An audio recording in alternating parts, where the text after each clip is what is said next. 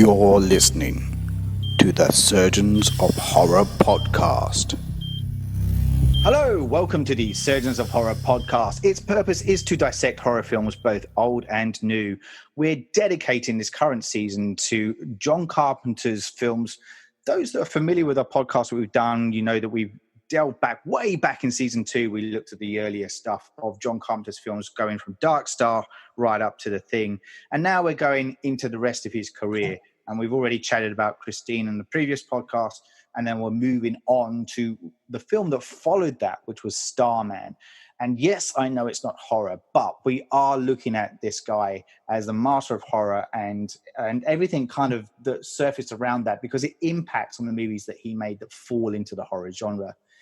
And Starman's an interesting one because he wanted to do this because he wanted to kind of deviate away slightly from the films that he'd been so closely associated with. And this is why he picked up on this particular script. And we'll talk about that in due course and the details of the film itself, because it kind of halted a little bit, and we'll explain why in a bit. But before we do so, I need to introduce myself. I'm the lead host and surgeon for the podcast discussions. My name is Saul Muerte.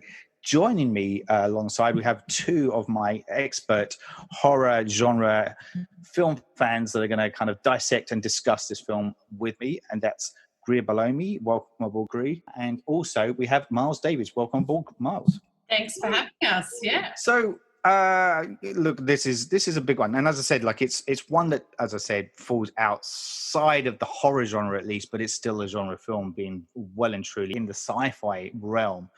And kind of a bit kid friendly. I know there's a few moments in there in the film which you could argue that maybe isn't as kid friendly as. There's a rude scene. There is a rude scene. There is a rude scene in there. But like, well, I definitely watched it as a kid. So I did too. I did too. Okay, cool. So what was your, before we start kind of dissecting a little bit about the context of the production side of the film, before it kind of was, while it was in the pre-production process, I should say. What was your memory of this film then? We're all saying we watched it as a kid. Do you have any kind of did any kind of scenes click with you when we rewatched it again, or was it prominent in your mind? How strong a film was this for you as a kid? And I'll go to Greer first. I couldn't tell you where I watched it or how old I was or anything like that, but I do remember seeing it. Although on rewatching it, when I rewatched it sort of earlier in the week, I had a lot of those, wow, I don't remember that moment. And they were quite prominent moments. Yes. And I was even discussing with my husband, like, is this a director's cut that I'm watching? That because it was such a. I think it was the transition period, and I'm sure we'll get to that. But the like at the start of the film, and I just really kind of struggled a little bit with. I was like, I don't remember actually ever seeing this. It's quite graphic, and I would have thought that as a kid that would have actually frightened the hell out of me. Sure. But look, I remember it. Like, I remember it being such a big part of my childhood. I've said it before on the podcast here. Like, we were a big movie family, and I remember, like watching this as one of the, the E.T. kind of slightly sci-fi, alien war games kind of, Flight of the Navigator. Like, it just to me, it was one of those films that kind of fit into that mold. Yes. And that time in my life. Well, like before I completely identify with that as well. And before I kind of go to get Miles' thoughts on this, and maybe I will touch on something I was hinting at, in that there's a lot of similarities to E.T. with this film.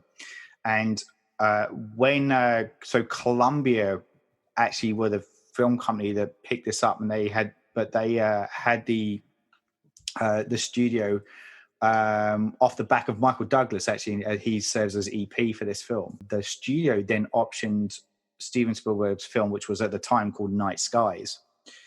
And it was then that they kind of started looking at these two films and thinking they're a little bit too similar. And at that point, I want to say it was it Columbia then dropped E.T. from memory, and I may have that wrong, but they dropped E.T. in favor of this film. Yeah, I just read this story today. It was E.T. Yeah. They ended up passing on it, and I think Universal picked it up, didn't they? So, yeah, that's right. And then the rest is history, obviously. Now, and it's interesting because, like, as I was I read this after kind of rewatching it recently, and I was just like, at the time I was watching it, I thought, oh, this is damn close to the storyline of E.T. Obviously, it moves heavily more into an adult kind of story, and we don't have E.T. as in like the extraterrestrial life form that we see in this. We have Jeff Bridges, and thank God, because who wants to see Karen Allen making out with E.T.? Let's face it. But it's one of those weird ones as I was watching it. But from my point of view, my memory of this film blurs heavily with Tron, mainly because of Jeff Bridges in it. And I'm not meaning from the computer point of view. I just mean those early conversations, pre where he gets sucked into the computer system. So there's kind of that kind of going on at the time. And there was another movie as well, which it's forgotten me now, and I'll come back to in a second. But yeah, so Miles, what was your take on it? What was your memory of it when you were watching it as a kid? I saw this on the big screen. I saw this. That's sweet. And I remember I really was looking forward to this one. I just got my first job. I was sticking up Skittles for my dad's pub Skittle team, and I was doing it to basically pay for my movie habits. And so I went to the cinema. I would work on the Friday night doing the pub Skittles. Then Saturday afternoon I would go with my friend, who's now called Charlotte, to go and see a movie. And we'd just pick any movie. And this one was like, I love Jeff Bridges because of Tron and Thunderbolt and Lightfoot, which I was obsessed with. It was all Thunderbolt and Lightfoot, the Jeff Bridges Clint Eastwood film, was always on the TV every Saturday afternoon when I was a kid. So I loved that film and highly recommend it. And so, and I didn't really, I was a huge Raiders of the Lost Ark fan, so I kind of knew who Karen Allen was, but I never liked her. I still don't like her as an actor. Yeah. So, yeah. So it was more the Jeff Bridges and John Carpenter, because I just got into Halloween at that stage as well, because video. Sure. And yeah, so I was really looking forward to it, and I loved it. I loved it going into the cinema. I think I even went to see it twice.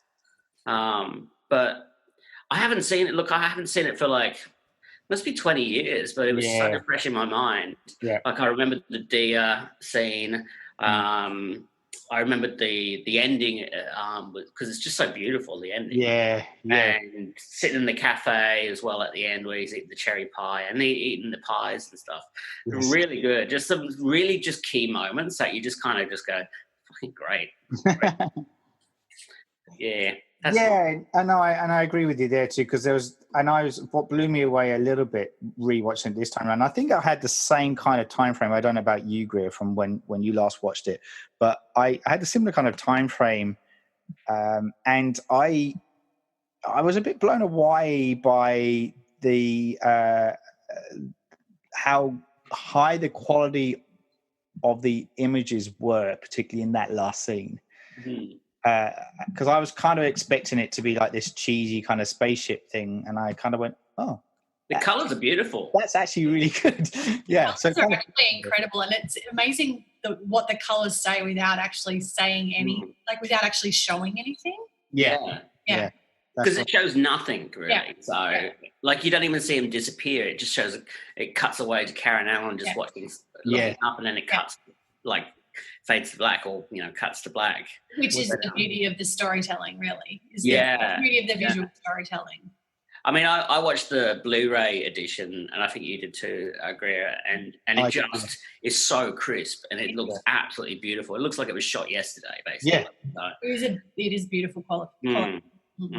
Yeah, it's amazing. That's what struck me too. I know I watched the Blu-ray version as well, and I was just like that. It just I was kind of really caught up in it. I was like, you could so re-push this out today. So, and I'm just going back to Jeff Bridges as well. So, like, I mean, I know you mentioned Thunderbolt and Lightfoot, and it's a good point to mention that because he actually got nominated as an Oscar for that role back, and that was in 1975, which was the second nominee after Last Picture Show. He got a nominee for Best Actor in a Supporting Role as well in that. Now, interestingly, with this one is that he actually gets a nomination as well for Best Actor in a Leading Role, and this is the only time there's been an Oscar nomination that has sat alongside a John Carpenter film, and it's Jeff Bridges. So it's actually quite a big thing, particularly if you think about the fact, and this goes obviously back to the fact that the horror genre does get snubbed at the Academies, but it does say something that the one of the kind of rare instances where Carpenter hasn't done a straight up horror or even a thriller themed film, and one of his leading kind of actors gets nominated for it, and for good reason too. Bridges is really, really good in this. Oh, it's great. He's fantastic. Just the bird movements and stuff that he does, the way he moves and speaks well, it's just, it's quite, it's not overly acting, no, but it's a performance, obviously, of something in a human body, basically. Yes. And it's the evolution. It's absolutely the evolution of that as well. Like, it starts out, so it starts out very much, you can tell there's something in that body, but as the kind of the road trip progresses, you can see that there is a degree of comfort and sort of, you know, like feeling comfortable in his own skin, so to speak.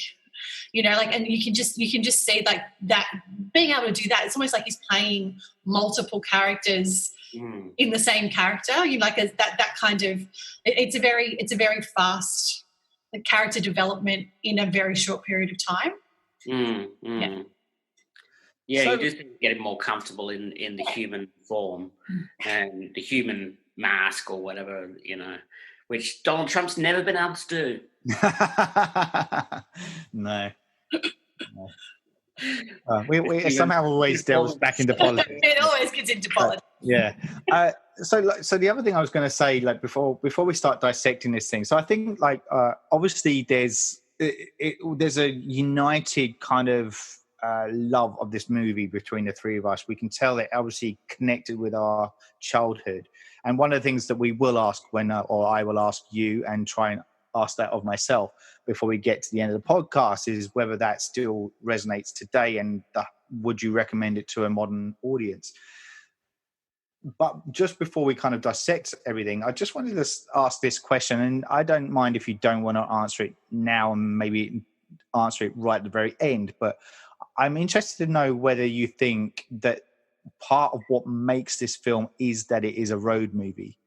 And it does kind of, like we've seen them in the past where, you know, strangers or people kind of end up forced on the road, particularly on the American road, and have to connect in order to do that. And that's essentially what we're looking at here. We're just looking at the bond between two races. Do you think that is part of its selling point, or do you think there's more to it than that?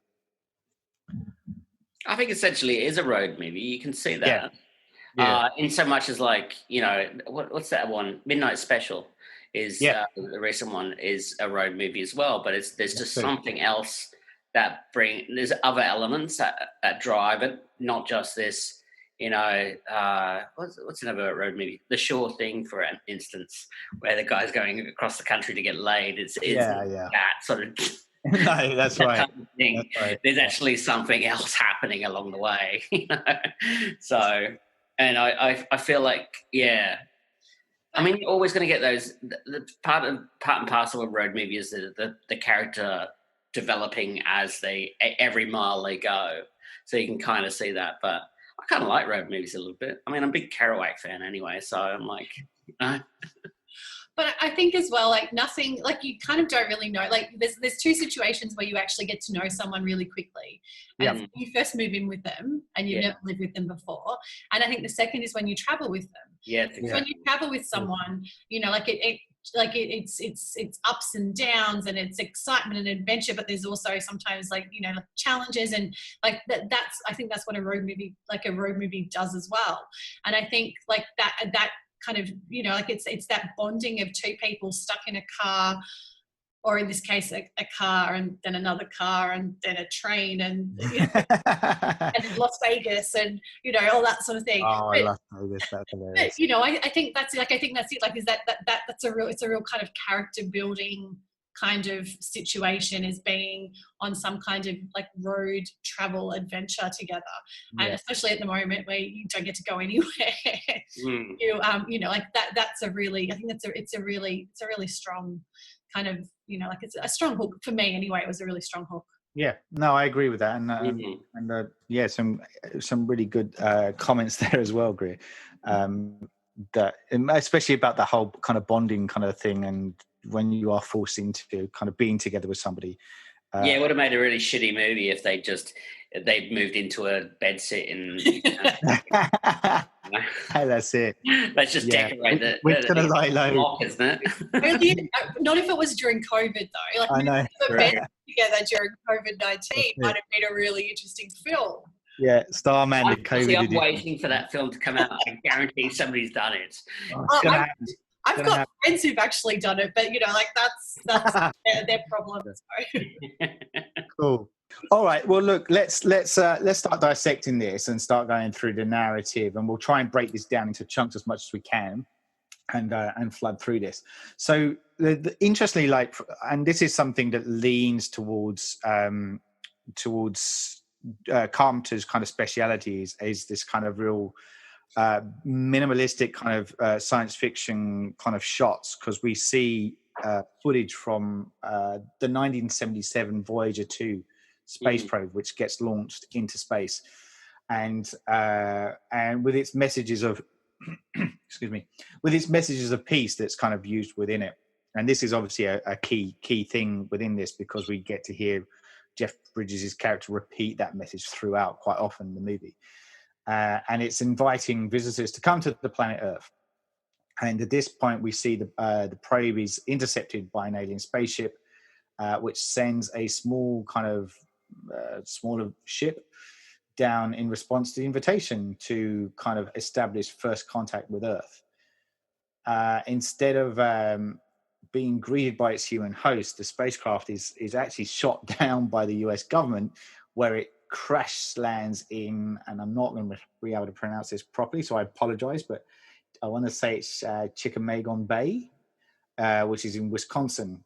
And then we kind of see stuff from like we see this kind of blue ball of energy coming out of the wreckage, and we start to see stuff from the point of view from this entity, and as it kind of makes its way across Wisconsin, and it comes across a house, and we see the shot within the house, and this is where we're introduced to Jenny Hayden, played by Karen Allen, and she is watching home movies whilst drinking some wine, and the home movie is obviously of Jeff Bridges, and we get from the point of view that he has recently passed away, or has been passed away not so long ago, as she kind of drowns in her sorrows. Isn't it funny that it's only in movies that widows or widowers have an abundance of home movies of their partners in like cute moments? Like, I mean, I have zero footage of Shelley where she actually tells me to turn the camera away. Yeah. and so back then they would have been shooting on film. And I think I have like 5 photos of my entire childhood. So, you know, I don't know anybody who was shooting films except widowers and widows of cinema. Yeah. Yeah, I just found that weird. I know what you mean. There is that. How do you avoid the whole kind of staged stuff, though? Do you know what I mean with that? It's like, it's interesting, isn't it? That they could have just showed a shot of his ashes or the dead body on the floor or something, you know.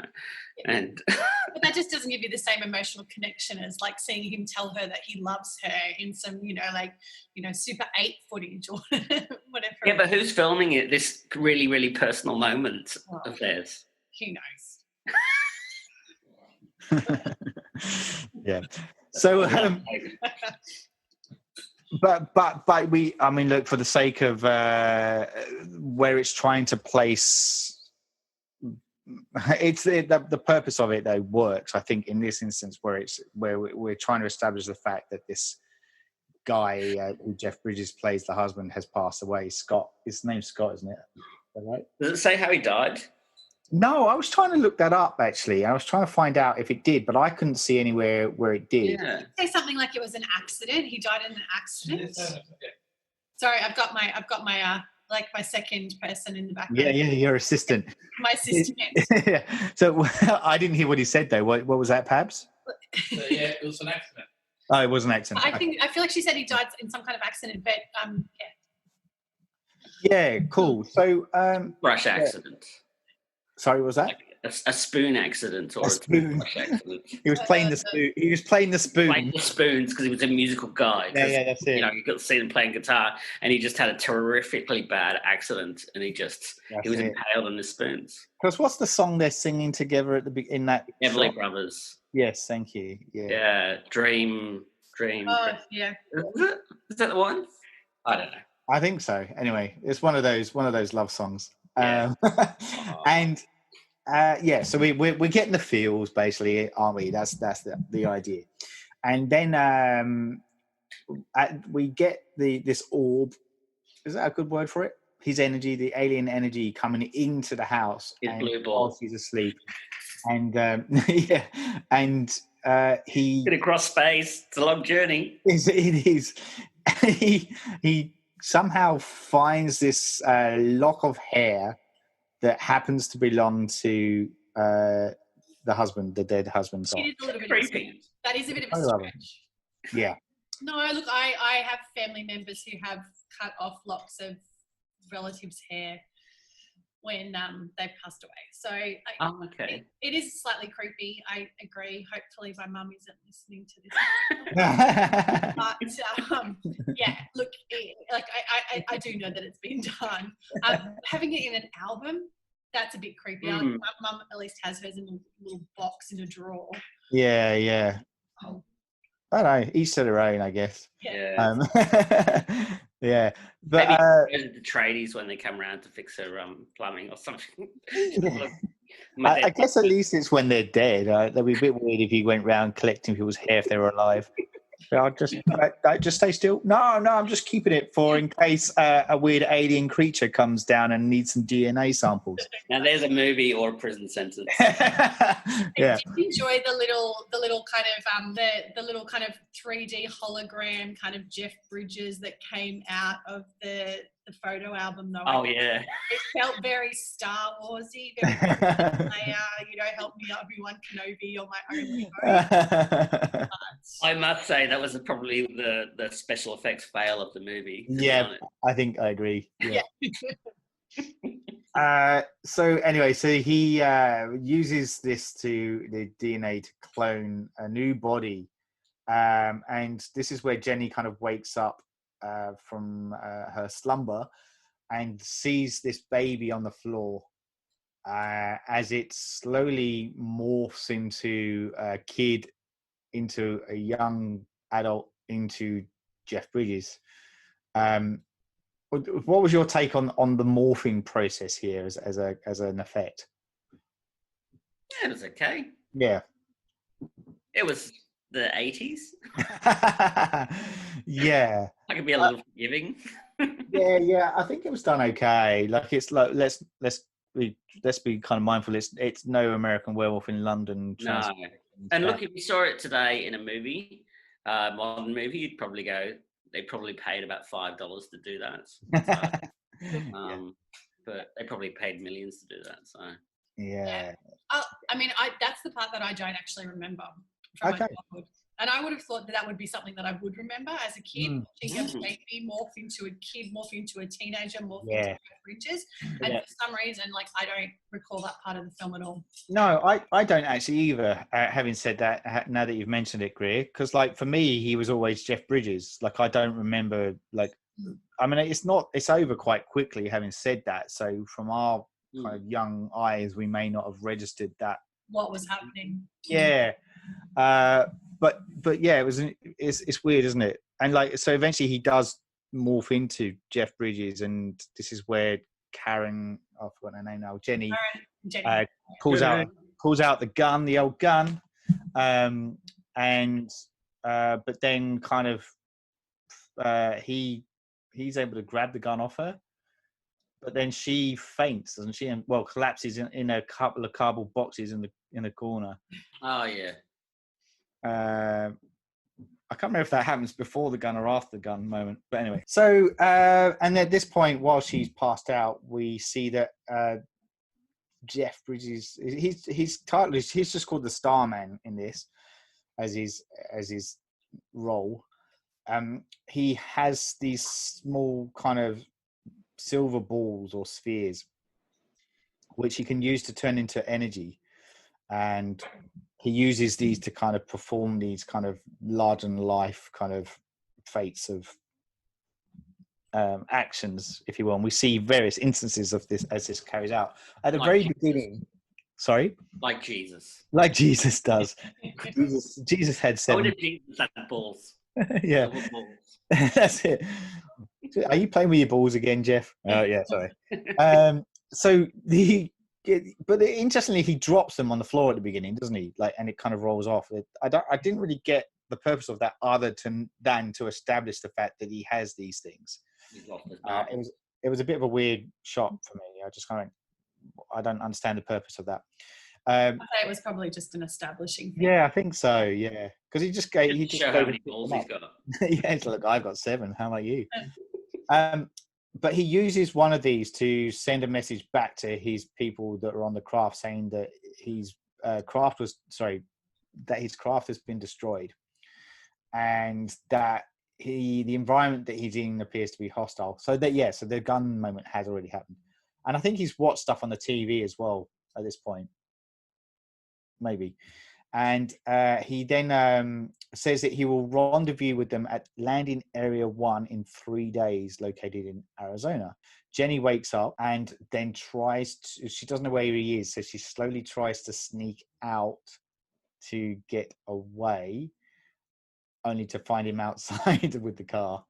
And he kind of persuades her to get into the car, so she's kind of a bit fearful of her life at this point, having seen this baby grow into a full-grown man and not really knowing what she's dealing with. A full-grown manifestation of her dead husband. Of her dead husband, yeah. Because it happens, it happens all the time. It happens a lot, actually. Yeah, you do hear it. Yeah, more than you would think. Yeah. So she basically kind of is a bit dumbstruck at this point, and is encouraged to go into the car with him. And I don't know the model of a car. Is it a GT, the car? Anyway, it's one of those kind of amped up kind of supermobiles that America has that often make their way into these American films, and you just think, where do they get those cars? Kind of looks like something from the Dukes of Hazzard, really. It does, yeah. It's would mean it'd be a Dodge, I think. Anyway, sidetrack. So my point is it just looks like this heavily revved up car that they just so happen to have, which is going to come in handy when you're trying to get away from the police. So they hop into the car, but just before they go, he uses another one of these silver balls to project a map of America on the windscreen.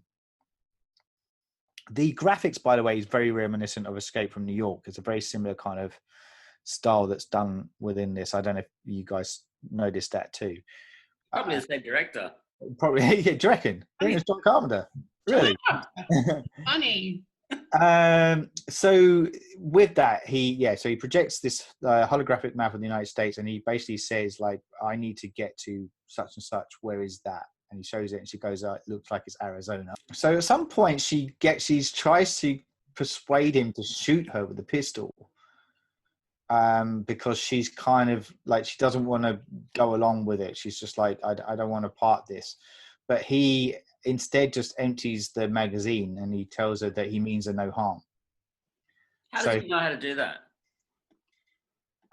Because he watched himself do it on the video. Didn't he watch the home movie stuff of Jeff Bridges teaching how to fire a gun? Oh, okay. So I think he studied that. I think I was looking at my phone. I think there's a bit where he's watching her, and he's watching the home movie, and in the home movie, the Jeff Bridges as the husband Scott is teaching Jenny how to shoot a gun in it. Yeah, that's weird too. Having a home movie of somebody teaching you how to fire a gun. Are they like survivalists or something, or Doomsday preppers? Yeah, doomsday preppers or white supremacists or something. Oh God, let's not go there. I mean, he's got the car. I wouldn't be surprised if there's a Confederate flag in the back seat, and he's got guns, and he's teaching his partner how to fire a gun. Yeah, waiting for the Nazi flag. But he had an accident. Ah. We are in the middle of Wisconsin though, so we're on a lake in the bush. Who knows what the hell happens there? I'm not going near that. So so look, anyway, he empties the magazine and he said, "Like, mean no harm." So they continue on their journey, and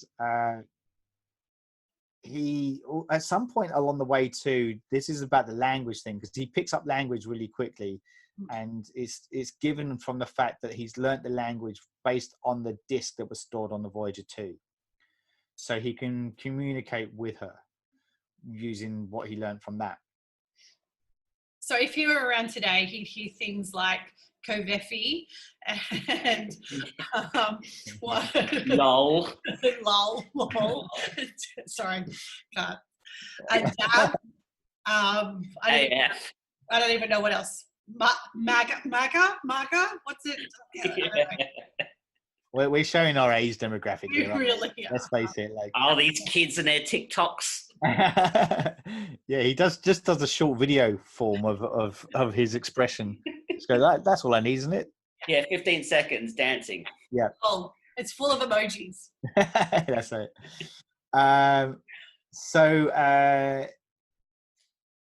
And this is where Jenny also, I guess this is the you get this a lot. Like I'm thinking of, like, weirdly, my head's going to short circuit with the robot and Number 5 is alive. Yeah. And Stephanie, beautiful Stephanie. But that whole kind of, you get it a lot with these kind of movies where it's that kind of, especially with like an alien race or a robot kind of trying to understand humanity, and the humankind are basically saying, look, we're not that savage really. In America of all places. Yeah. And this is the conversation that's happening at this point on the road trip. Yeah.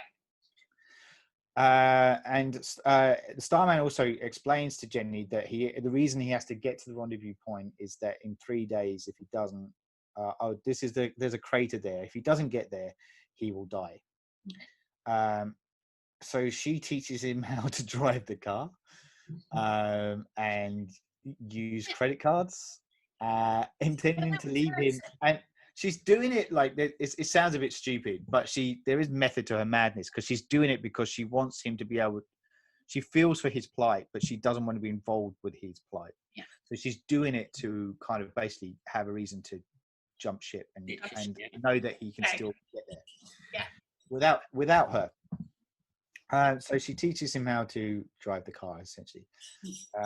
And maybe this is was this John Carpenter's way of kind of making up for the fact that he never explained how Michael Myers learned to drive? Possibly. So anyway, so they're on this journey, and at this point, I may be jumping through this massively, by the way, and I do beg your pardon if I'm dropping huge chunks. Let me know if I am. But she witnesses. This is where we get to the diner scene. So it's the evening time. And they stop at this diner to kind of have a meal.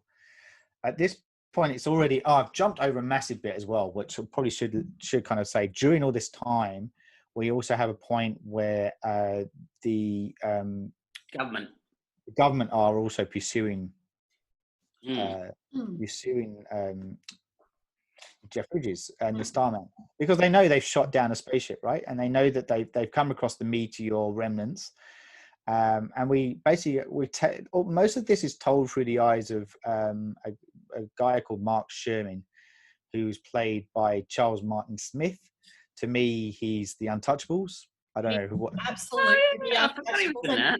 Thank you for saying that, because last night I could not, when I was rewatching it again last night, could not for the life of me work out where he was from. And it was the one thing I didn't Google probably. And I was like, I know this guy, but he wears glasses. Yeah. I don't understand why I don't know where he's from. Of course he's from the Untouchables. Jeez. And American Graffiti. American Graffiti is the other one. Yeah, that's right. See, I was looking at him going, I'm sure I've seen him without hair, because he's got hair in it. And I'm like, I'm sure I've seen him without hair, and I couldn't figure out what the movie was, but you said it just ended in Untouchables. I'm going to have to rewatch that so I can put that one. Such a great film. Need to put that back on the list. So good. So, I'm on a binge watch at the moment. I'm doing upbeat underdog sport movies on Disney Plus. Nice. Mighty Ducks. I'm getting quack, quack, quack. I've done McFarlane USA. I've done Glory Road. I've done Invincible. I've done there's so many of them. That's the only adult type movies on Disney Plus at the moment. So wow, it makes me feel so good. Awesome. Back to our government agents, though. Of course, as is always the way in a government type film, there's always two.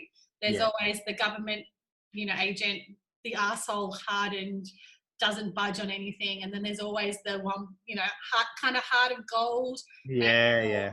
Like he's going to be your friend eventually, kind of. Yeah. It's the good cop, bad cop.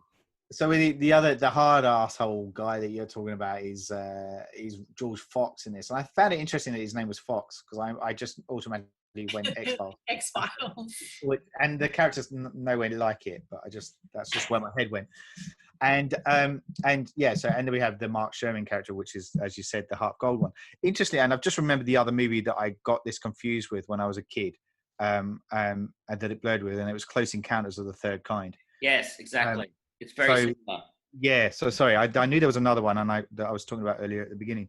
And the reason for that is that the Mark Sherman character here, played by Charles Martin Smith, reminded me a lot of the Richard Dreyfuss character in Close Encounters, and I kind of somehow merged the two a little bit, and I think that's where the movies kind of crossed over a little bit in my. And they were both in American Graffiti. They were. Hey. Is that coincidence, or is that the Mandela effect? I don't know.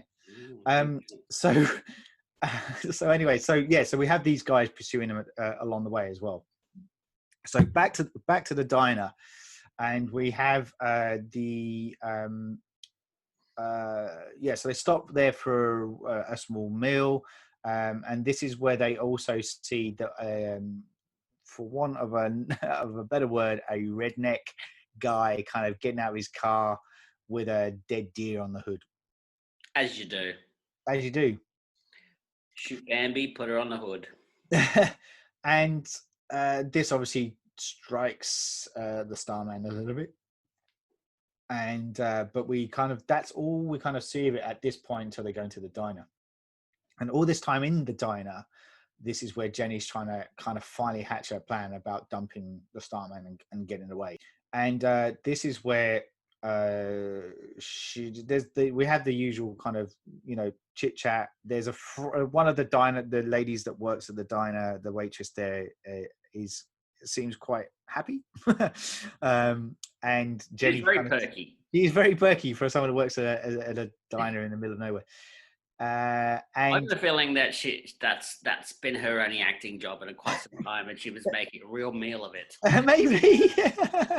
She really wanted to chew the scenery, It was Broadway time. This is my moment. So she's loving the role, and then Jenny sees her as the opportunity to kind of also say, look, I need you to do me a favor. I've got this. I need you to get I don't think she gets her to get the tickets for her for the coach, like one of those Greyhound buses, to get her out of there essentially.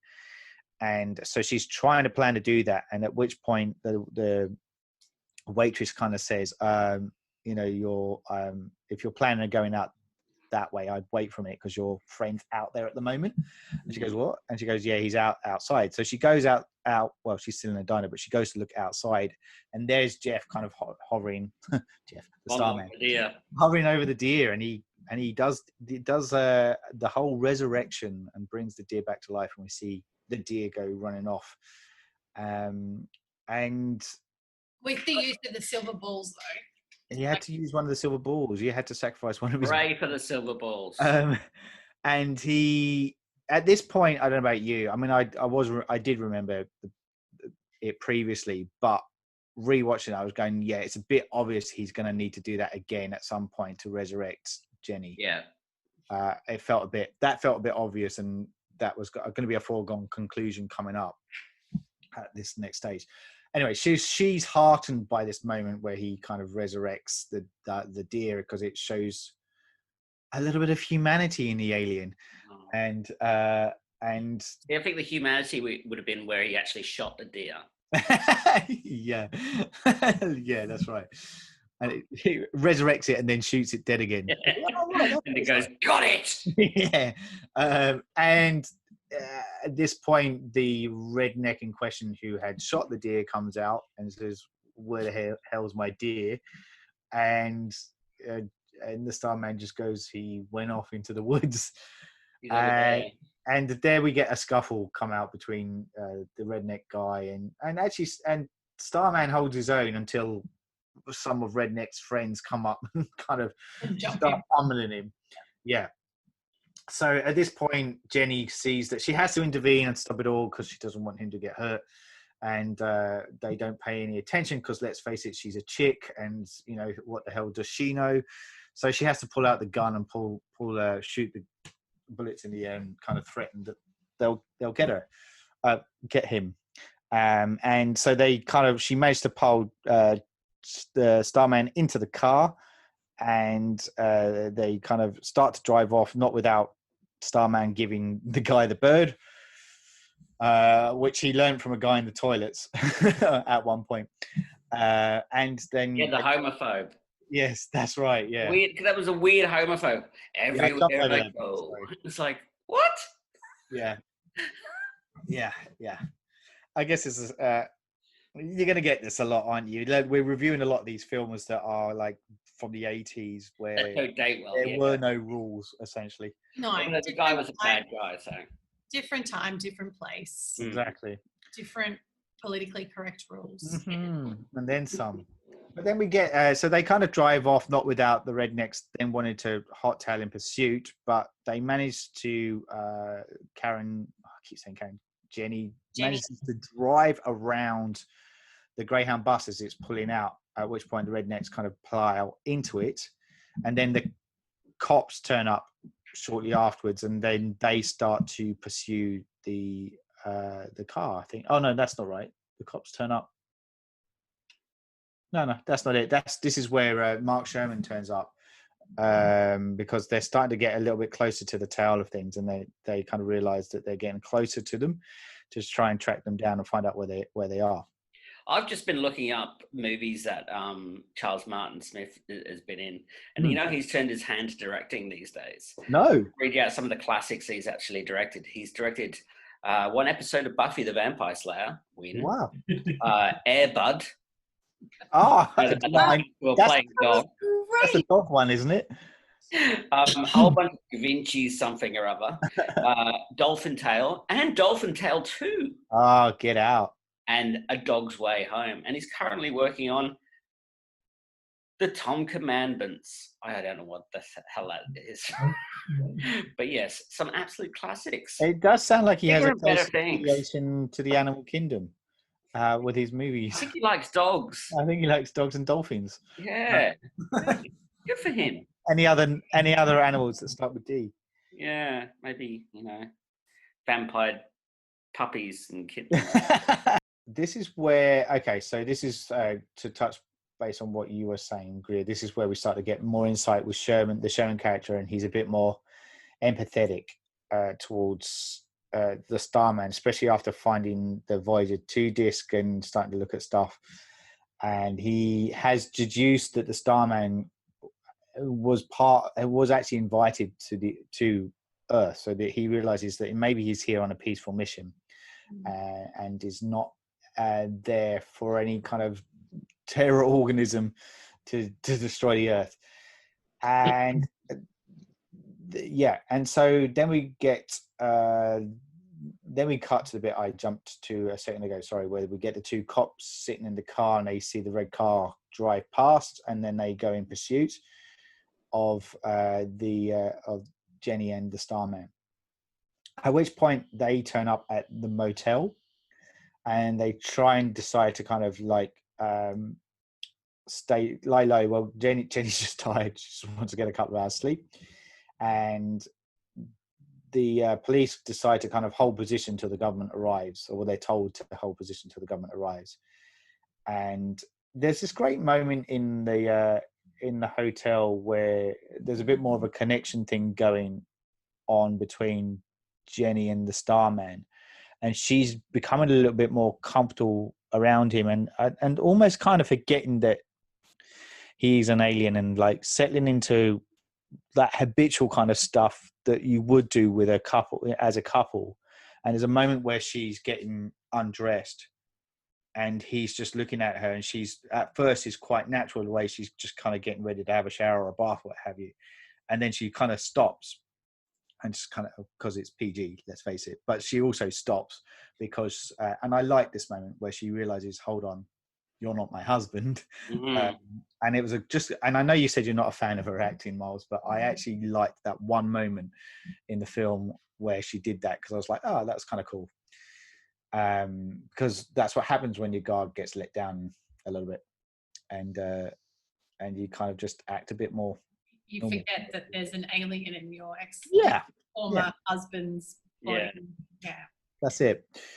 Yeah. So we have that moment, and then we cut back to the cops that are outside, and they want to be the heroes of the moment, and they're tired of kind of sitting outside, so they think, all right, let's go and find them. And for some reason, there's these two guys that just happen to be staying in the hotel, and they just kind of say, hey, they knock on the door, don't they, and just say, look, I just want to let you know there's a cop car kind of trying to steal. There's a couple of cops trying to steal your car.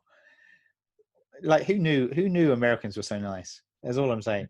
But they do. Just random dudes pop up and let them know. So they cause a distraction by pushing a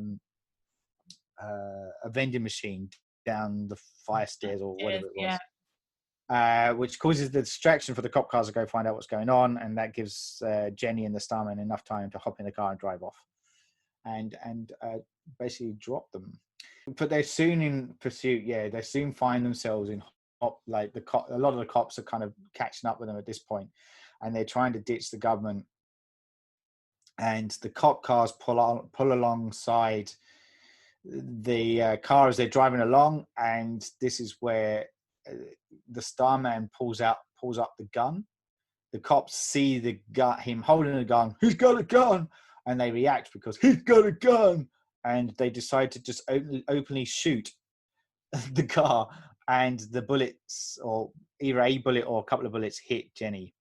And then we get the whole kind of Starman reacting to Jenny Hayden, and seeing that he's in a moment of despair, he then decides to crash the car into a gas tanker that has blocked the road.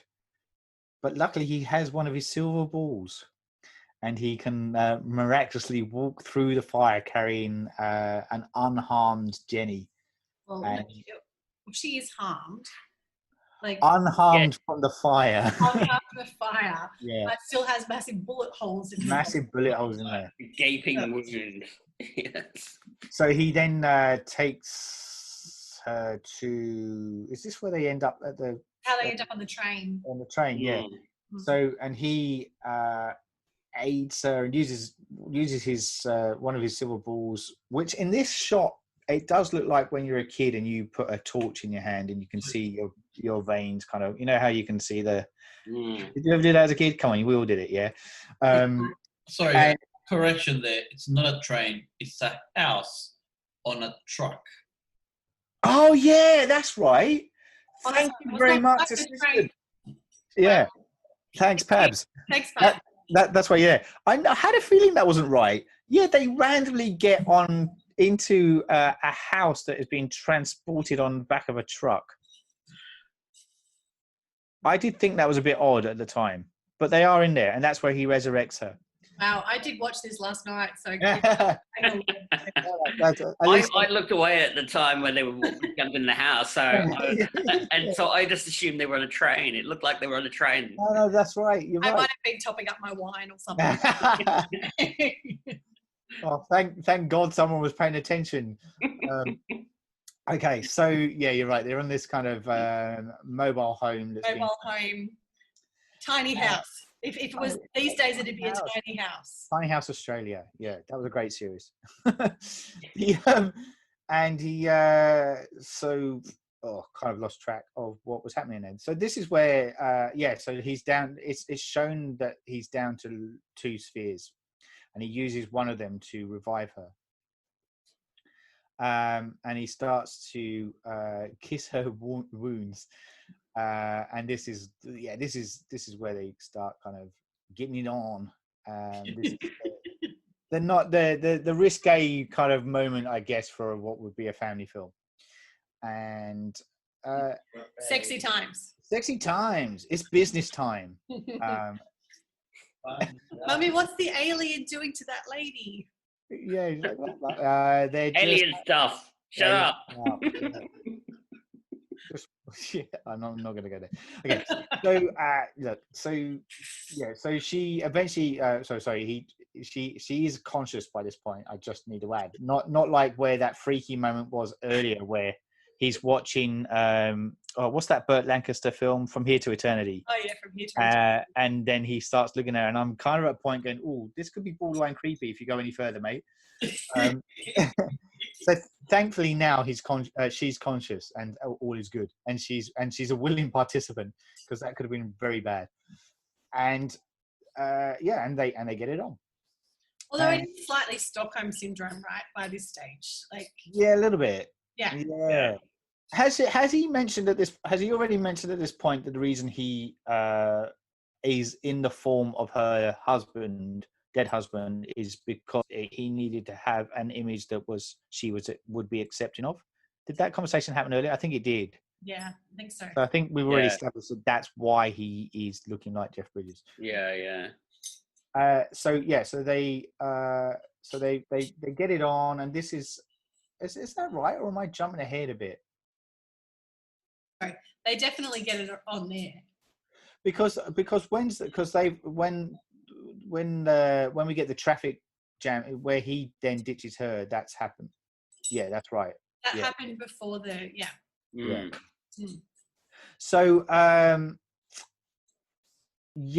at this point, this is where he also tells Jenny, after they've consummated, that she will be having a baby. And it's established earlier on that she couldn't have kids, because he asked her quite point blank, why did you not have kids? And she said, and actually I quite like that dialogue, because she kind of says, I'm one of the unfortunate ones that can't have babies because of the way my body is. And so he kind of gives her this gift, but he kind of says, look, he will have, because I'm using the clone of your husband, he will have his DNA, but he'll also have some of the Starman's DNA in him too. And he also mentions about how he's going to grow up to be, is it an accountant or something he says, or a teacher? A teacher, that's it. Yeah, I don't know what accounting is. So he's going to have all his knowledge, and he's going to impart it onto the onto the earth. Yeah, that's right. That's right. That's not an accountant then. No, it's not an accountant. That would be far from being an accountant. Teacher, because teachers hold knowledge. They're the most knowledgeable people that we know on this planet. Teachers. That's how we learn, right? So the guy who's trained to be a teacher. He does give her the option of taking the baby, like the seed of the baby, back if she wants to, because it's her choice, and she refuses and says no, she accepts the gift. At this point, they then they do end up on a train, but they realize they then have gone too far on the train, and they end up in Las Vegas, which to me just felt like a massive way of crowbarring in the fact of using Las Vegas. I've done that. I've gone too far on a train, but I ended up in Revesby. So Right. I've never ended up in Las Vegas. Yeah. It's like, wait, hold on a minute. That's not part of the deal. I'm Supposed to be Vegas. The work is doing in Revesby. Yeah. There's Caesar's Palace. Revesby Roundhouse. Palace. I don't know. That's it. I do realise I did miss out a big chunk. I thought I had. There is a bit where he's on his own at one point because he ditches her. He does ditch her. He does.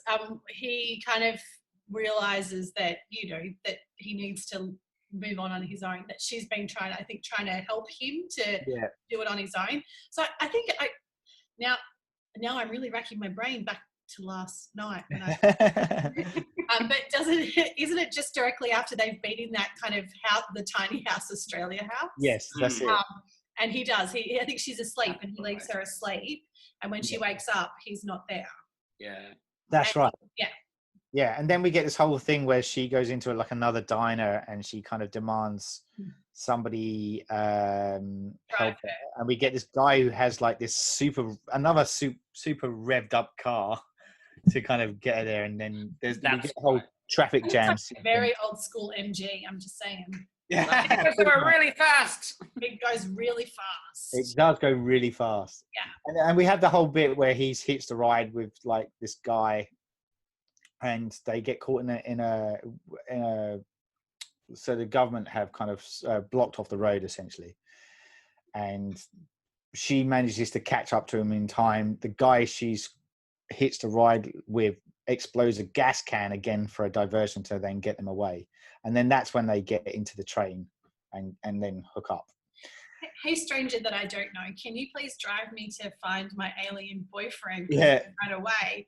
Then can you create a diversion with the explosive gas can, and then can you drive away from the feds? Sure. Yeah, I can do that. Hey, look, boys like to drive fast. It's just, if somebody asked me to do that, I'd be like, fuck yeah. It's Tuesday. And explode a can of a can as well. Like, would you? Yeah, I'm here already. Why not? Yeah, well, I've been storing it away for a while. I don't need it. Molotov's cocktails don't blow up by themselves. Yeah.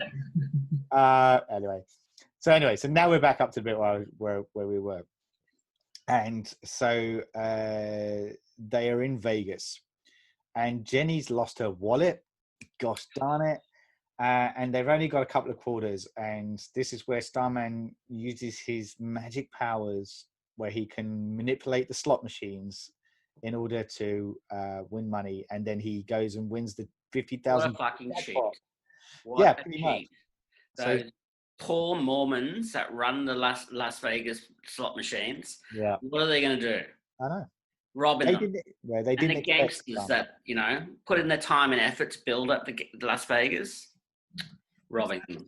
That's it. I feel for them. I do. I feel for them a little bit too. Yeah. Steve. Can you send him this way? Because there's a 30 million Powerball tomorrow night that I think I need to win. Mm-hmm. So basically, we need to go. Starman, come visit us now. Yeah, Emily Brothers. Yeah, that's it. That's what we need. Okay, we're going to do it off record tonight. We're going to, each of us, we're going to sing the Everly Brothers, put on some home movies of Jeff Bridges. And grab our silver balls. Next to the fire. Drinking red wine. I'm picturing it now. Okay, moving on swiftly. So they win the jackpot and they get the money that they need to then kind of get them enough basically fuel to or to get them basically to where this crater is. At the meantime, don't forget that Bad Boy Fox, government agent, is on the mission to kind of get to them. He has a big fallout with our nice guy, Mark Sherman, and he's basically kind of saying that he needs to toe the line. Oh, so they work out that they are working their way to the crater. They kind of somehow, they've had this information all this time, and they've only just deduced the fact that, I wonder if they're going to that crater where that spaceship kind of crash landed. So yeah, so they're going over there. So They've got a lot of helicopters. They have a lot of helicopters. A lot. Like There's- that must have been most of the budget for that. I reckon it was. I'm just wondering. I need to probably look this up, but I'm wondering if this is the biggest budget that Carpenter's had to deal with to date, because there's a lot I of think money. that's the most amount of helicopters I've seen in a feature film. It's in one more, go, more helicopters than there are car crash sequences in Blues Brothers, I think. Yeah. Like it's big. I flew in a helicopter last year. Did you? I flew in a Black Hawk. Did you really? Yeah. Wow, that's random. I found out one day. They said, "Do you want to fly in a Black Hawk?" And I was like, "Yeah, fuck yeah." I hate helicopters. My dad always said, "Don't ever fly in a helicopter because they just drop out of the sky." Because he used to build helicopters. And so next thing you know, I'm hanging out this open door with my camera, trying to stop it flying out my hands in the hurricane seat, and trying to keep it really steady as it's just shaking like a lunatic. Oh my word! So much fun. So it's interesting that you took your parents' advice there and got on the helicopter. Yeah. Yes. And the generations will continue to do that. We will continue to advise our kids not to do I go by the rule, if my parents give me advice, I go the exact opposite. Way I've been parenting as well, and it seems to be working. Nice. So the budget was 24 million. Okay. And the box office in the US was 28.7. Okay, so it's not right. Broke even. Thanks, Wikipedia. That's interesting. I wonder if video sales it changed or not. But I mean, that's only the US as well. You know, so the world is quite big. That's true. Yeah. Okay. I think it went off on video. I think it would have done. I'd imagine it would have gone gangbusters on video. So we come into the climax now. We're getting the Close Encounters moment where they're heading towards the crater to kind of send Starman back home. And at this point, the Starman is starting to get visibly weaker. There's a few grey hairs coming through, and he's kind of not as strong as he was. And so they come to a cafe in Winslow, and they're very close to the crater now, so there's not much further to go. So we get Mark Sherman turning up, and he's there, and he finally comes face to face with the dying Starman, and the Starman is then explaining to him that his own kind had previously visited Earth and had been interested in humans. Because of out of all the savage, intelligent races in the universe, humans were the ones that they thought were the best when things were at their worst. So again, a bit of a moral kind of thing here. So despite how bad we are, we're kind of good, yeah. And so with this information, Sherman then decides to cut his losses and say, right, I'm going to help the dude out. I'm going to help the Starman out and get them to escape, which he does do. And then we get Fox turning up with the billions of choppers that you were talking about. And this is where basically Fox loses it with Sherman, and Sherman just kind of lights up a cigar, says, yeah, deal with it. Now we get to the crater. Army copters are all around them. They're trying to shoot missiles at them. There's explosions going off all over the place that narrowly missed them by meters. They went a bit hardcore with the missiles fire. Yeah, they were. They were like, yeah, easy. You have to expect the warning shots, but seriously, were they that lazy that they couldn't just go chase them down the hill? Fuck it, I'm not climbing down the hill. Just shoot them. Just shoot them. They'll come back up. They'll just come back up. You just shoot them. Or fire at them. Oh dear. Look, it doesn't deter them though, because they eventually get to the crater, and all of a sudden this large spherical mothership appears in the sky and starts to descend into the crater. We get this huge light. ET ship, though. Yeah, exactly. But it doesn't look like a lampshade, though. In fairness, in this one, it does look like another sphere. And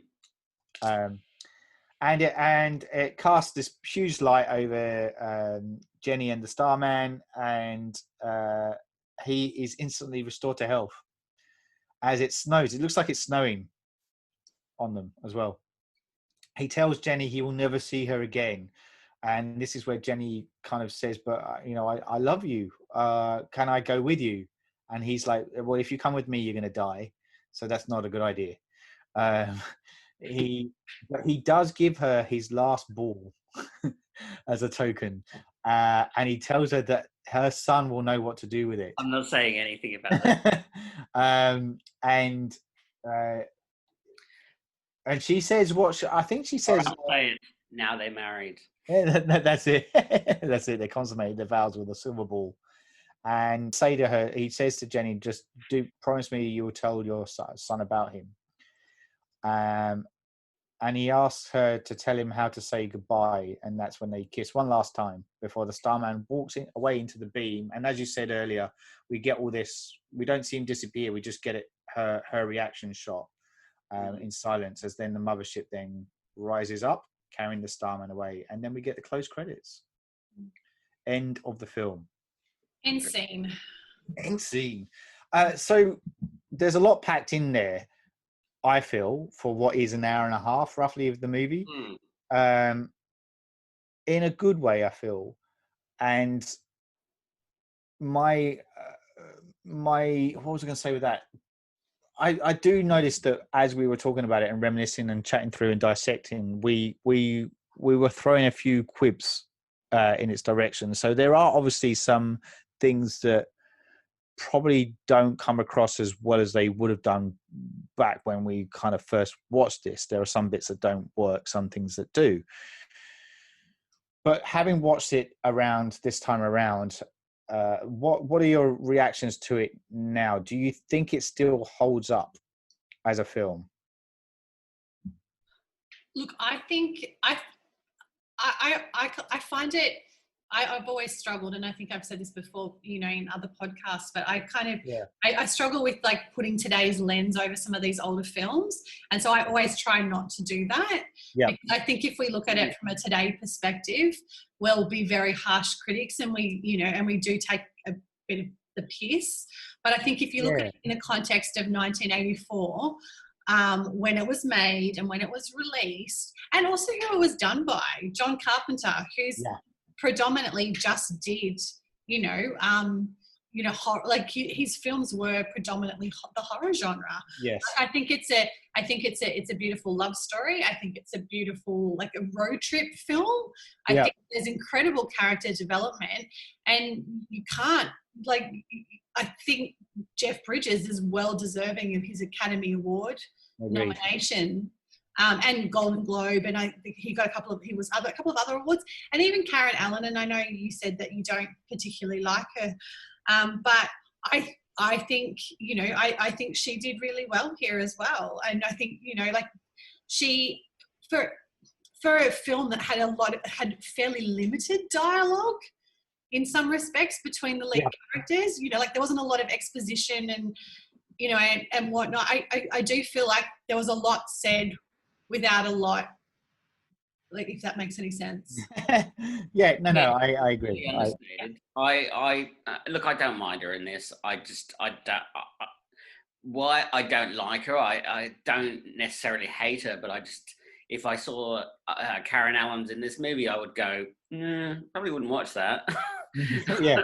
It's not a draw card for me, but obviously we didn't mention it, but the most other notable film she was in was Raiders of the Lost Ark, right? So is it something to do with that, Miles? That was it more that you just didn't connect with her character in that film, or that preceded this, maybe Raiders of 81, wasn't it? So she was a bit boring in this. Yeah. Okay. Things were just happening to her rather than, there was nothing really, nothing that she drove along, it felt. I don't know. Yeah. I don't know. I don't think her character was fully developed. I think it was just slapped together a little bit. The grieving widow. There were moments like the ending of it that things came into place. Yes. Other subtle moments here and there, but I felt that they could have done a lot more with her character. Do you think it was more because it's not her story though? It's still his story. Well, I think it's both of their story, isn't it? Yeah, I feel like it should be, because I think her journey is about overcoming grief, right? Yeah, that's essentially what she's doing, and in a way it took. Do you think they actually displayed that though? No. In the end, they basically, she just went traveling around with almost the ghost of her late husband. So she got a little bit more time with him. That's pretty much it, and got a baby out of it. Yeah. So I don't think there was any closure, for instance, other than the fact that she went, "Oh, bye." But yeah, it'd be interesting to see. Like, I've no doubt that this film will get remade again. Like, well, they did it for a TV series. Yeah, they did. But I've also done a little bit of reading on it, and apparently in 2016 there was some discussions about remaking it, and apparently Michael Douglas is attached again. Yeah. Or was attached at that point in time to do the remake. So yeah. So it's going to happen, isn't it? So it'll be interesting to see. And I think if it does, I think, to go back to what you were saying, Miles, I think in order to do that, they'd have to flesh out Karen Allen's character a heck of a lot more, and to make it a bit more relevant to today as well. They'll do the Hollywood thing of regendering it. You know, it'll be Star Woman, and it'll be a grieving widower. You know. Oh yeah, possibly. A child played by Tom Hanks, and it'll be Meg Ryan stalking him and stuff. Well, that will work with the diner thing if they want to do a bit of a When Harry Met Sally sequence. I don't know. But yeah, look, it's interesting. And before we kind of come back to where it sits today and how it resonates, I just wanted to quickly sidestep, because I forgot to mention the soundtrack to this, because the music in it is amazing. Like, it's incredibly rich, and it's one of the few ones that isn't actually composed by John Carpenter. It's actually by Jack Nietzsche. It's quite similar though to his stuff. It is. That's the thing that threw me, because it is incredibly similar, and if you weren't aware, you would just presume it was part of his canon of work. But it's an amazing score within it. Like, if you look at it, it's incredibly rich, and I should probably just mention that. So if we go back to my initial question then about so are we saying that this movie as it stands is resting on the back of that nostalgic connection we had as kids? I think so, for me. Yeah. I mean, it's got Jeff Bridges in, so I'll watch anything with Jeff Bridges in. So if that came out today, I would probably watch it anyway. Sure. And I'd probably enjoy it. It wasn't terrible. I remember loving it as a kid, but I probably wouldn't love it as much now. Yeah. But yeah, I don't know. It's solid sci-fi. It really is solid sci-fi. Yeah, it is. Yeah. And you don't get much of that around. There's only really been Arrival in the past couple of years that have been on that same wavelength of telling a human story, but with the sci-fi backdrop, basically. Yeah.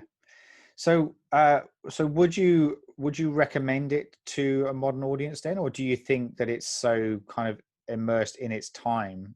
No, you know what? I'd recommend it as a companion piece. As I said, with like Arrival, I would recommend it in the same sort of watch Arrival, watch Starman, and in that same sort of category, basically. Yeah.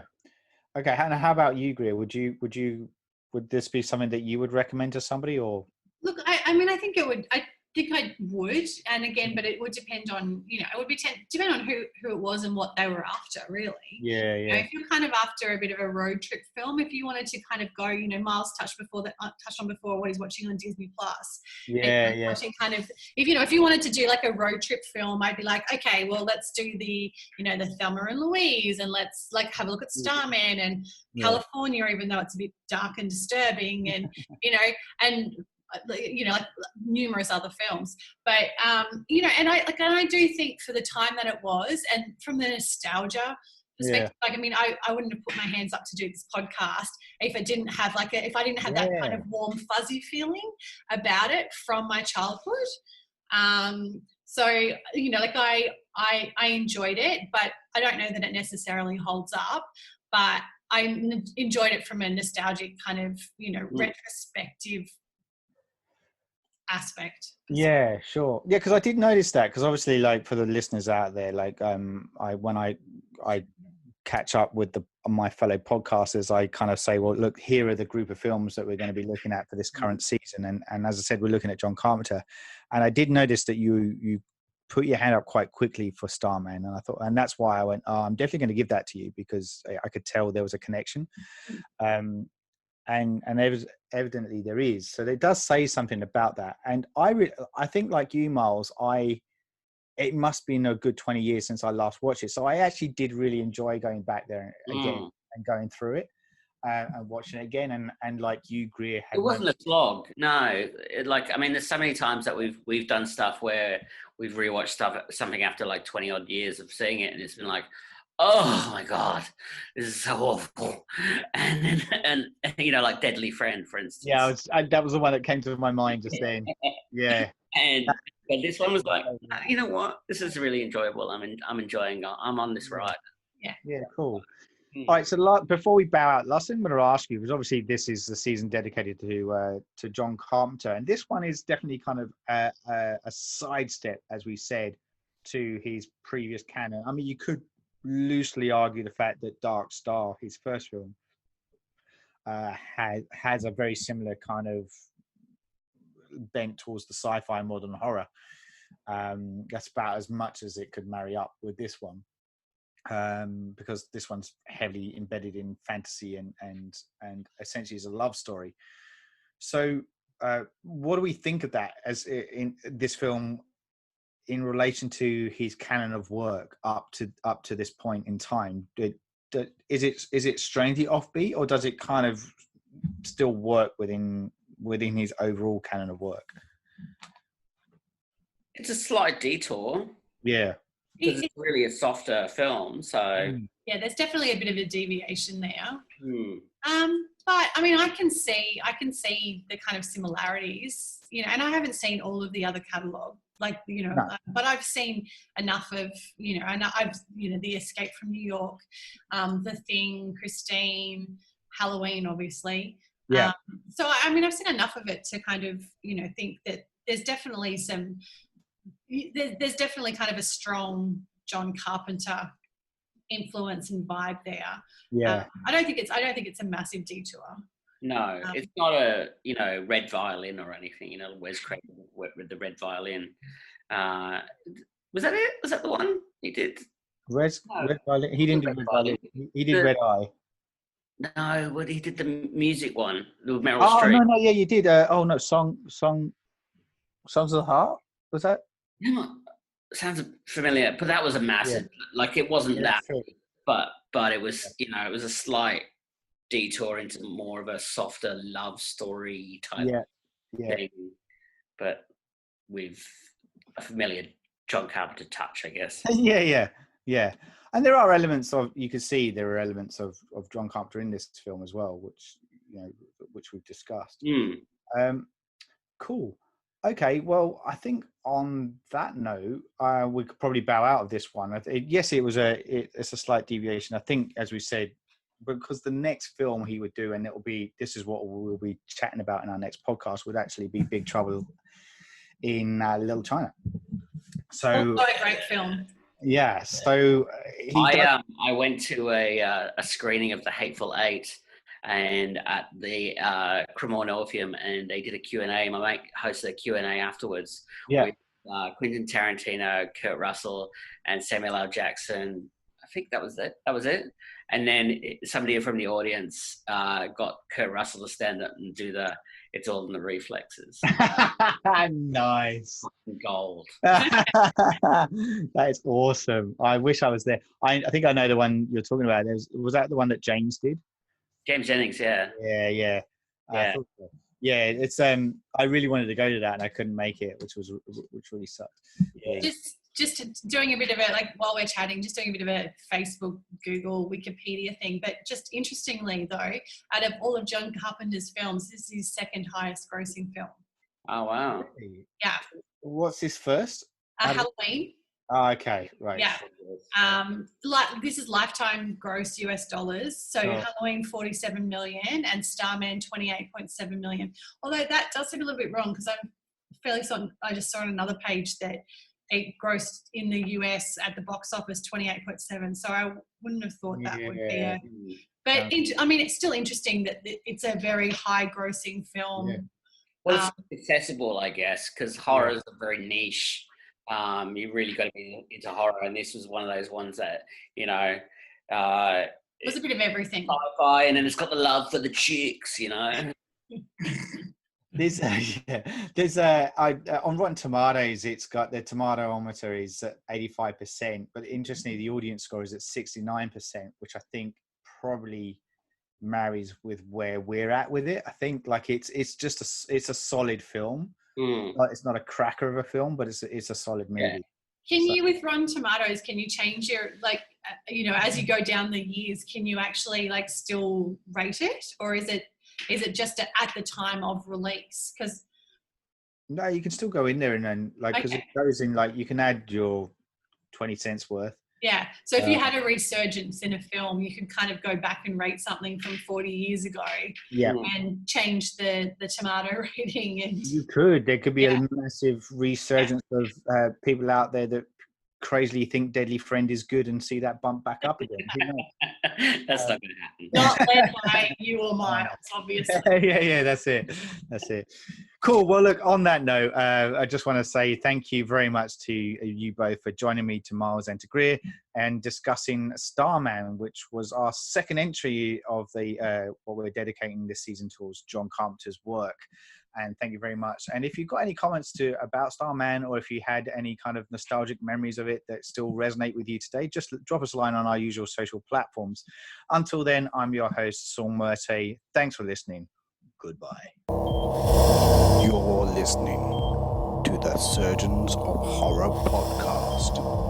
Music supplied by Peter Nezik. For more discussions or podcasts, head over to surgeonsofhorror.com.